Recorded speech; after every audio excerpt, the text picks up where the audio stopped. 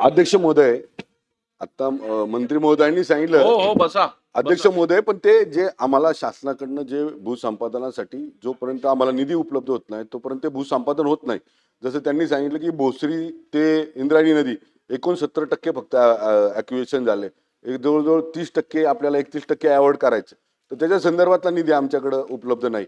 पीएमआरडीच्या संदर्भामध्ये सुद्धा तीच भूमिका आहे. इंद्रायणी नदीपासून तर खेडपर्यंत असे बरेच छोटे छोटे पॅच आहेत की ज्याच्यामध्ये आपल्याला ॲक्विजिशन करायचं, पण आमच्याकडे तशा संदर्भातला काहीच नाही, निधी नसल्यामुळं ते ॲक्विजिशन होत नाही. तर त्या संदर्भामध्ये आपण मंत्री महोदय या संदर्भामध्ये योग्य असं काहीतरी निर्णय राज्य शासनाकडनं किती दिवसात येईल, म्हणजे त्या दिवसाने हे होईल अशा संदर्भात आमचा एक प्रश्न आहे, तेवढा क्लिअर करा.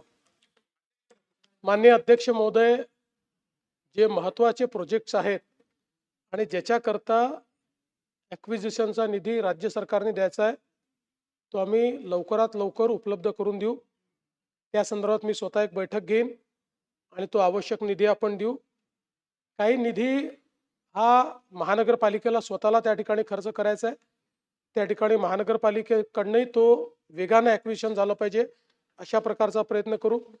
जिथे पीएमआरडीचं क्षेत्र आहे त्या क्षेत्रामध्ये पीएमआरडी आणि राज्य सरकार मिळून ॲक्विजिशन करता जो काही निधी लागेल तो निधी आम्ही उपलब्ध करून देऊ.